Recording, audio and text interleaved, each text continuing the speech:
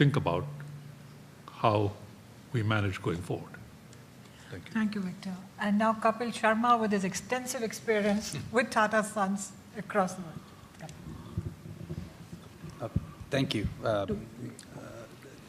This stinks for me because I'm going last and following, three very good people and covering most of the issues. I want to first of all thank all of you for listening to me speak on a Saturday afternoon in Boston. Boston is a very weird city for me. I'm born and raised in New Jersey. I'm a New York Jets fan, and so when I come to Boston, I'm surrounded by Patriots fans.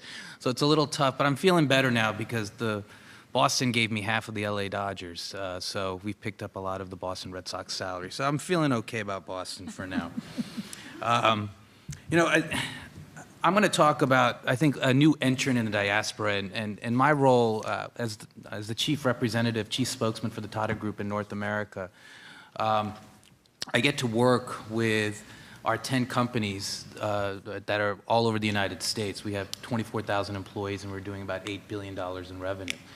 And we're doing a lot of interesting and incredible things, and they all play a role in the way that I think people will view the U.S.-India relationship. My bio is in the pamphlet, but I started working on U.S.-India relations, and I'm going to be dating myself because I usually get away with it with a bald head. But I started working on this 21 years ago in the U.S. Congress when I started the India caucus for a congressman called Frank Pallone. And the caucus was started back then because there was this new emerging diaspora where there was a community that was growing and there was tremendous interest in being politically active. And at that time, it was for the senior people in the audience. You've heard of this name of Congressman Stephen Solars. He tended to be the champion of the community. But he had lost his re-election bid to Nydia Velasquez, and there was a vacuum. Congressman Pallone had this small town called Edison, which has a few Indian people living there.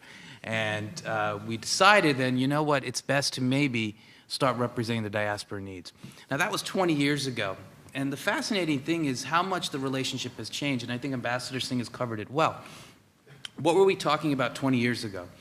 We were talking about glass ceilings. We were talking about immigration and family reunification. We were talking about Kashmir. We were talking about Pandit's Khalistan and nuclear war with Pakistan. Those were the dominant issues. 10 years later, what are we talking about? We're talking about the importance of India. And we're talking about the need to lift sanctions because of the nuclear test. Because if we don't lift the sanctions, it could ruin relations with a strategic partner. Then a couple of years after that, we're talking about opening up India even more so U.S. companies can invest in India. And now what are the new issues?